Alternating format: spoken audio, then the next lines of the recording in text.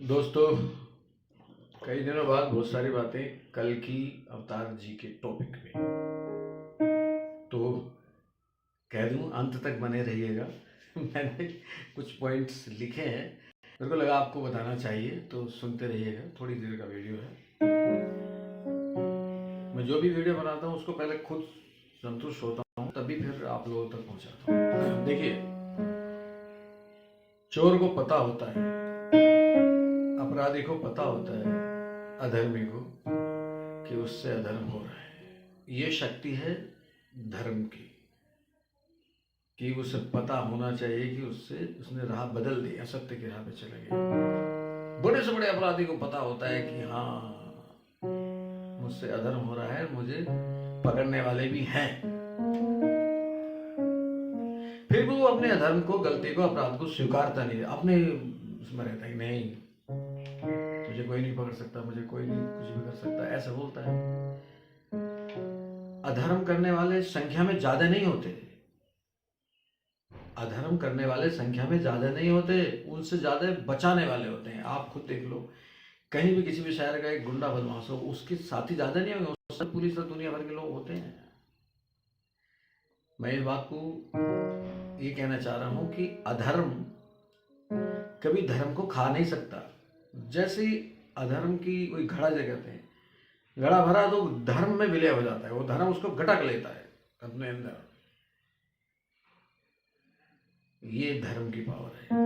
जैसे रावण को पता था कि उनकी मुक्ति श्री राम से ही होगी, फिर भी कहते अरे वो वनवासी मेरा क्या बिगाड़ लेंगे, मुझे कोई नहीं मार सकता, वो ऐसे कहता रहता था, जबकि उसे पता था।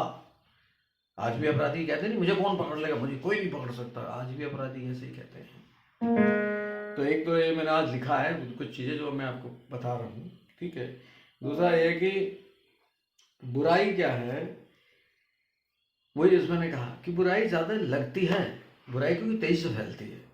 बुरे लोग हर गली गली में, चोर उतने थोड़ी होंगे कि जो जितने सामान्य लोग हम गली मोहल्ले में रहते हैं, तो उस मुकाबले में चोर डकैत अपराधी उतने थोड़ी हैं, वो तो थोड़े से ही होते हैं। पर क्योंकि बुराई फैलती बहुत ज़्यादा है, और वो उसका फैलना ही असुरक्षा की भावना पैदा करता है, जिससे प्रभावित बहुत सारे सामान्य लोग होते हैं, बच्चे सभी, मतलब इसलिए उसको उसकी चिंता हो जाती है। तो आ जाए तो चौकी, पुलिस चौकी में प्रॉब्लम हो जाती है, उसकी सारी जांचें होती है। वैसे ही अधर्म की बात है। एक क्या है कि कल्कि जी के सामने सिर्फ, जो कल्कि अवतार है हमारे, कल्कि जी के सामने सिर्फ कलयुग का जो खलनायक है ना, ये कली, वही नहीं है। ये तो पूरे चारों युगों का एंड है। चारों युगों से जहां से शुरू हुए थे, ये रावण, कंस, ये जो भी थे, दुर्योधन, जितने भी थे सारे, इन सारों का समापन होना है, इन सबका उद्धार भी तो होना है यहाँ पे। क्योंकि इन्होंने जो भी किया, वो जब जब अवतार लिए श्री राम श्री कृष्ण, वो उन्होंने सब उनका उद्धार किया वहाँ पे।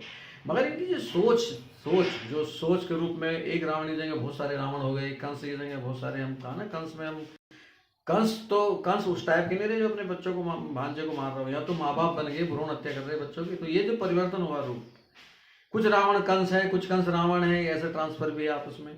तो कल्कि के सामने चारों युगों के खलनायक भी हैं, और चारों युगों के अच्छे लोग भी हैं, भक्त भी हैं, और दूसरे लोग भी हैं जो गलत है।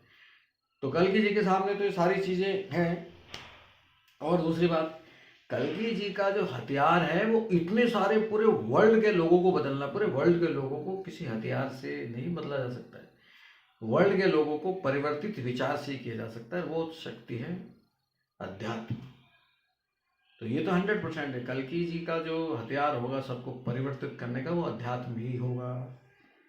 और देखिए, जो कल्कि अवतार है, वो पूरे विश्व के लिए एक बात होगी, किसी विशेष देश के लिए नहीं, पूरे विश्व के लिए वो होगा। और एक राह सत्य की राह पे होगा, सबको एक राह पे लाएगा। क्योंकि जब हम सत्य, सारे के सारे, जब कोई धर्म नहीं था, हम सारे के सारे सत्य के साथ थे, सत्य के आगे बढ़ते बढ़ते सब लोगों ने अपने अपने धर्म पंथ बना लिए। तो जब हम शुरुआत में थे तो एक थे, तो एंड भी एक के साथ ही होगा, तभी हम प्रवेश कर पाएंगे उस जगह पे जहां हम सब एक होते हैं, एक होके ही प्रवेश करेंगे। ये बहुत बड़ी चुनौती कल्कि जी के लिए है, उनके लिए कोई चुनौती नहीं, पर मतलब हमें लगता है उनके लिए तो एक कुछ भी नहीं, छोटा सा काम है। बाकी है कि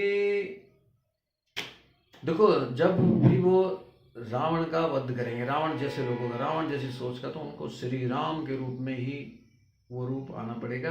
जब कंस का करेंगे तो श्री कृष्ण का, क्योंकि जैसे हम यहाँ तक आ रखे हैं तो आज भी हमारे दिलों में श्री राम भी हैं, श्री कृष्ण भी हैं, ये सारे हैं, तो ये दिलों में रहेंगे रहेंगे। ये सारे के सारे रूप कल्कि जी में हैं। आज बस इतना छोटा सा वीडियो है कि इतनी सारी चीजें कल्कि जी को करनी है। अभी मैंने बताया, एक और बता दूं आपको, कल्कि जी के साथ और क्या है। ये 10वां अवतार है, 10वें अवतार हैं, और 10 सर थे रावण के, 100 सर होते हैं झूठ के। ये कलयुग है तो ये ज़्यादा पावरफुल है कल्कि। इनका मुकाबला अपने अपने युगों में श्री राम का रावण से था, इनका कंस से था श्री कृष्ण का, मगर कल्कि का सभी से मुकाबला है। जो पुराने खलनायक हैं वो तो है ही, और ज़्यादा बढ़ के आगे नए जो कल्कि कलयुग में हैं, जो कल्कि के लिए वो नए जो कल्कि के सामने कलयुग के खलनायक हैं वो तो है ही है, साथ में पुराने भी हैं, क्योंकि युगों का एंड होगा तो सबका ही उद्धार होगा। उद्धार सुधार तब प्रवेश होगा सच्ची। दोस्तों, कैसा लगा ये मेरा वीडियो?